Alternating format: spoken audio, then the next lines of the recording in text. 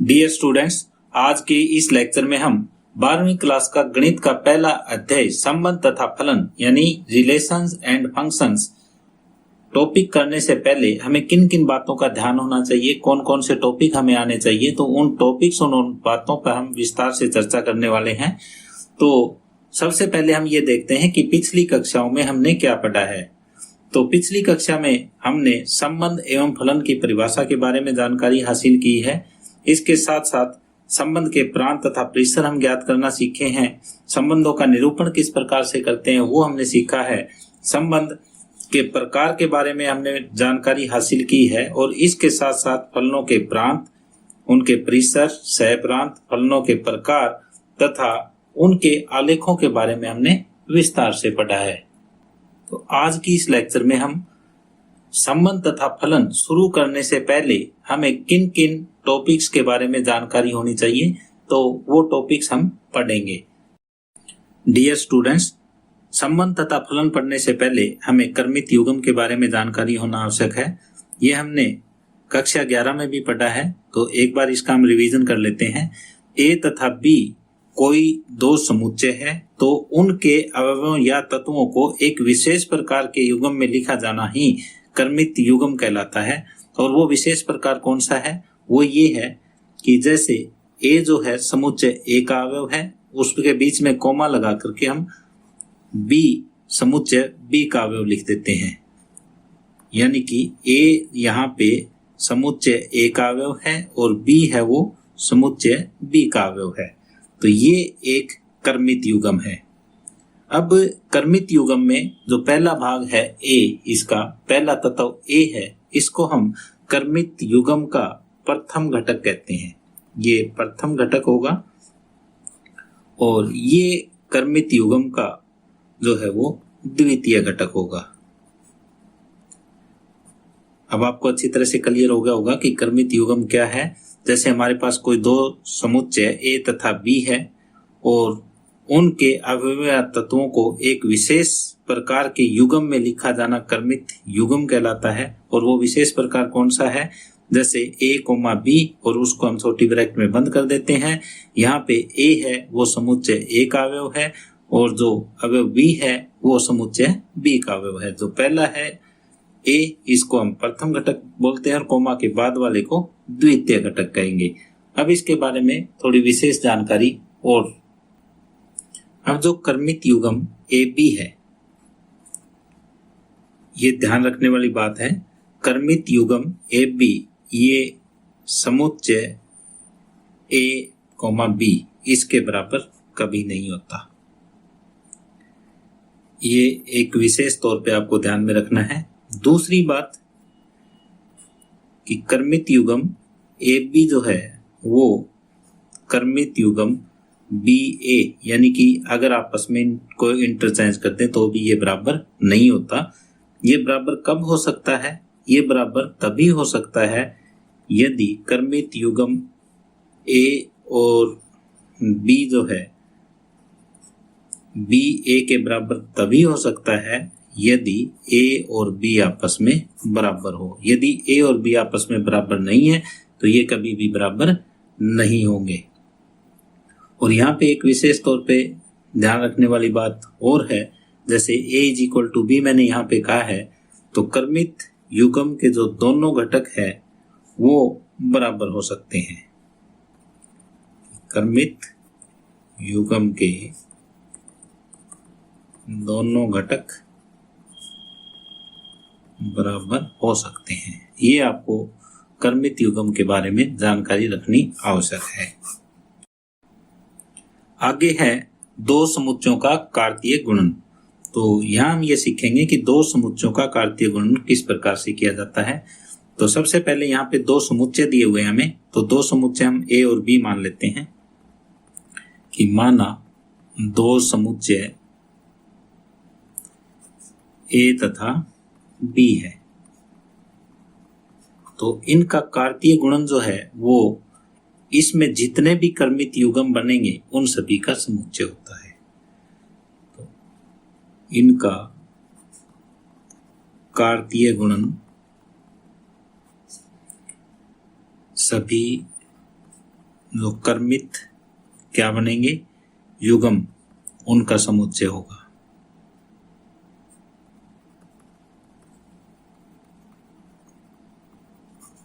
और ये किस टाइप से बनेंगे ये देखो, तो हमें ये पता है कि कर्मित युग्म जो है वो सारे के सारे कौन से होंगे, वो ये होंगे ए बी। यहाँ पे जो है ए संबंध रखेगा समुच्चय ए से और बी संबंध रखेगा समुच्चय बी से। तो यहाँ हमने ये देखा है कि दो समुच्चयों का कार्तीय गुणन क्या होता है कि दो समुच्चय यदि हमारे पास ए और बी है तो इनका जो कार्तीय गुणन है वो सभी कर्मित युग्मों का समुच्चय होगा। और इसको किस से डिनोट करते हैं, इसको ए क्रॉस बी से दर्शाया जाता है। यदि हमने समुच्चय लिए हैं ए और बी तो ए और बी का कार्तीय गुणन ए बी से दर्शाया जाएगा। और ये होता क्या है, ये होगा कि जितने भी कर्मित युग्म बनेंगे उन सभी का समुच्चय। तो जैसे हमें ए क्रॉस बी यानी कार्तीय गुणन ए और बी का ज्ञात करना है तो हम कैसे लिखेंगे, हम ऐसे लिखेंगे ए बी, जहां पर ए जो है वो ए से संबंध रखता है और बी है वो बी से संबंध रखता है। यदि बी का कार्तीय गुणन ए के साथ करना हो तो बी के अवयव पहले आ जाएंगे, ए के बाद में आ जाएंगे। बी जो है वो बी से संबंध रखता है और ए है वो ए से संबंध रखेगा। तो अब इसका हम एक एग्जाम्पल लेते हैं। एग्जाम्पल देखो, जैसे समुच्चय ए के बराबर हमारे पास 1 2 3 है और समुच्चय बी के बराबर हमने ले लिया ए और बी।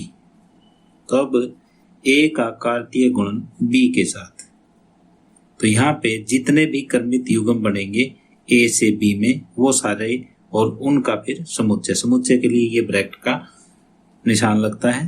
तो यहाँ पे पहले 1 के साथ ए और फिर 1 के साथ बी, फिर हमारे पास कर्मित युग्म 2a आ जाएगा, फिर कर्मित युग्म 2b आ जाएगा और फिर 3 के साथ a, 3 के साथ b, 3 के साथ a, 3 के साथ b और ये समुच्चय। यानी यहाँ पे a का जो कार्तीय गुणन है वो b के साथ इस तरह से दर्शाया जाएगा कि इसमें जितने भी कर्मित युग्म बने उन सभी का समुच्चय। अगर यही हमें b का कार्तीय गुणन a के साथ करना हो तो पहले b के अवयव आएंगे फिर a के, पहले b का अवयव a और 1 के साथ, फिर b का दूसरा अवयव और यहाँ पे 1, फिर b का पहला अवयव यहाँ a का दूसरा A2 और यहाँ पे आ जाएगा B2। इसी तरह से फिर ये आ जाएगा A3 B3, यहाँ पे पहले A3 और यहाँ पे B3।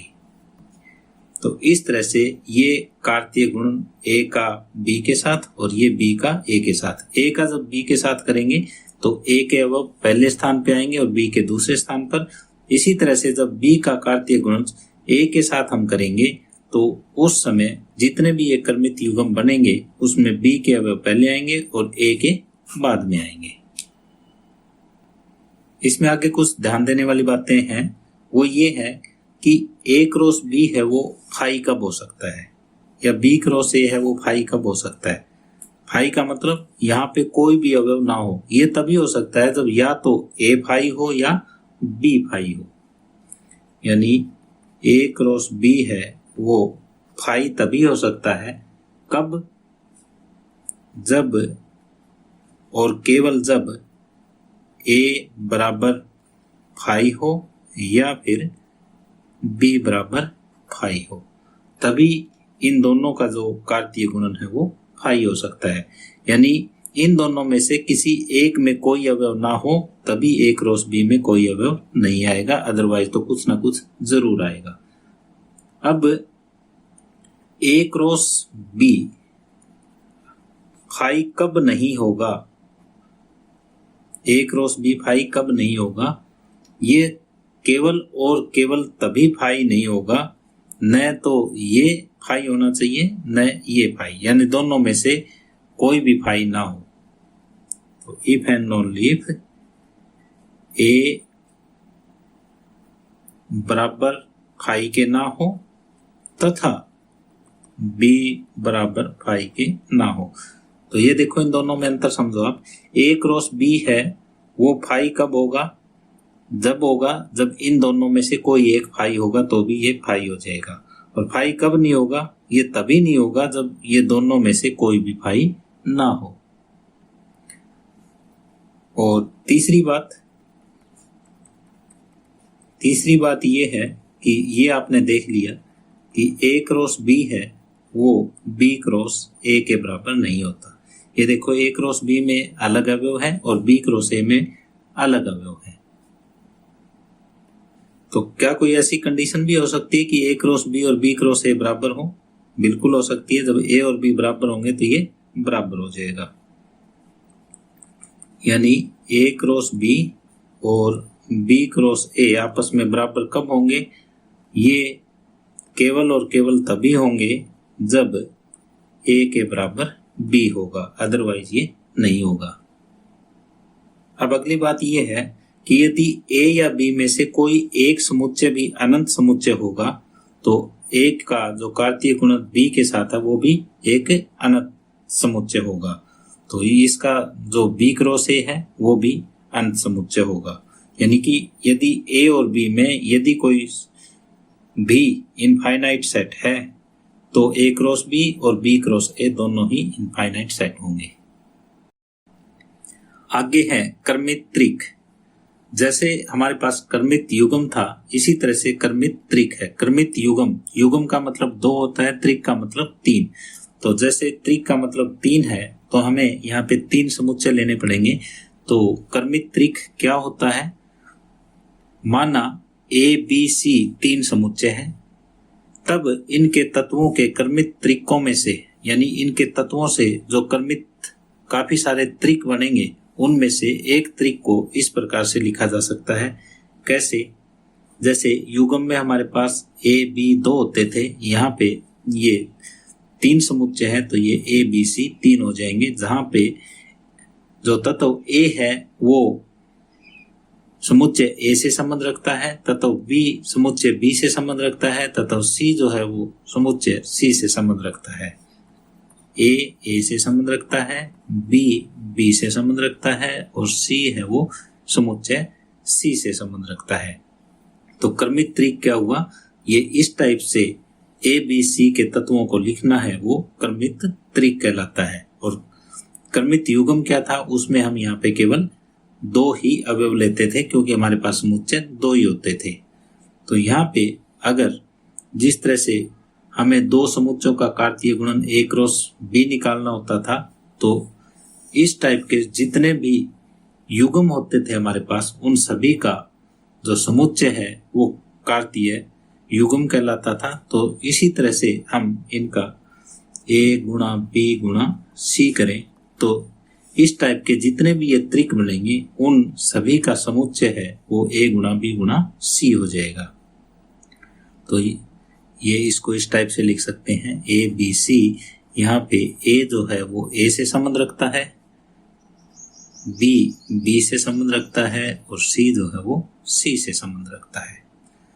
तो ये था क्रमित त्रिक। तो हमने क्रमित युग्म के बारे में पढ़ा, उसके बाद 2 समुच्चयों का कार्तीय गुणन क्या होता है उसके बारे में पढ़ा, इसके बाद क्रमित त्रिक जो यहाँ पे हमने डिस्कशन की। अब इसी तरह से हम अन्य समुच्चयों के लिए भी ये काम कर सकते हैं। तो हम यहाँ पे लिखने वाले हैं कि सामान्यतः अन्य समुच्चयों के लिए, सामान्यतः n समुच्चयों कौन कौन से लेंगे हम? ये ले लेते हैं A1, A2, A3, AN के लिए। जिस तरह से ये एक क्रमित त्रिक था तो यहाँ पे n क्रमित, तो n क्रमित कौन सा हो जाएगा? n क्रमित ये हो जाएगा कि अगर इसका अवयव मैं A1 ले लेता हूं, इसका A2, A3 इस तरह से An ले लें तो ये अनकर्मित हमारे पास हुआ, कर्मित n। तो यहाँ पे A1 जो है वो A1 से संबंध रखता है, A2 से संबंध रखता है, इसी तरह से An जो है वो An से संबंध रखेगा। तो इसी तरह से हम यदि A1 गुणा A2 गुणा A3 गुणा An हम ज्ञात करना चाहें तो वो हो जाएगा समुच्चय इन सभी का A1, A2, A3, An। और यहाँ पे ये A1 क्या है, A2 क्या है, A3 क्या है, तो यहाँ पे ये समुच्चय का निशान हम बाद में लगाएंगे। A1 जो है वो क्या है, A1 से संबंध रखता है, A2 जो है वो A2 से संबंध रखता है, और An है वो An से संबंध रखता है। ये हुआ। आगे है कार्तीय गुणन में तत्वों की संख्या। तो जैसे कार्तीय गुणन आपने करना सीखा था, जैसे A हमने ये ले लिया 1, 2, 3 और B ये ले लिया 4, 5। तो यहाँ पे अवयव हमारे पास 3 है और यहाँ पे अवयव 2 है। तो हमने कार्तीय गुणन जब इनका किया तो यहाँ देखो अवयवों की संख्या कितनी होगी, 1, 4, 2, 4, 3, 4 और 1, 5, 2, 5 और 3, 5। इन अवयवों की संख्या गुणो 1, 2, 3, 4, 5, 6। तो 6 है यहाँ पे, यानी अवयवों की संख्या थी हमारे पास 3, यहाँ पे 2 और यहाँ पे आई 6। तो इनका क्या रिलेशन हुआ कि जो अवयवों की संख्या हमारे पास A के अंदर थी वो 3 है और B के अंदर है वो अवयवों की संख्या 2 है। तो n A क्रॉस B में क्या आई, ये 6 आई। तो इन दोनों का गुणा देखो 6 है, तो इसको हम क्या लिख सकते हैं, NA गुणा NB। तो यदि जैसे A के अंदर हमारे अवयव B है और B के अंदर अवयव Q है, तो NA क्रॉस B इनके कार्तीय गुणन में अवयवों की संख्या कितनी आएगी, तो ये देखो P की Q के साथ गुणा हो जाएगी। तो ये आपको याद रखना है कि कार्तीय गुणन में तत्वों की संख्या कितनी होगी, जो उनके समुच्चयों में संख्या होगी उनका गुणनफल हो जाएगा। डियर स्टूडेंट्स, इसी के साथ ही हम आज का ये लेक्चर यहीं समाप्त कर रहे हैं। इससे अगले लेक्चर में हम संबंध के बारे में डिस्कस करेंगे। धन्यवाद।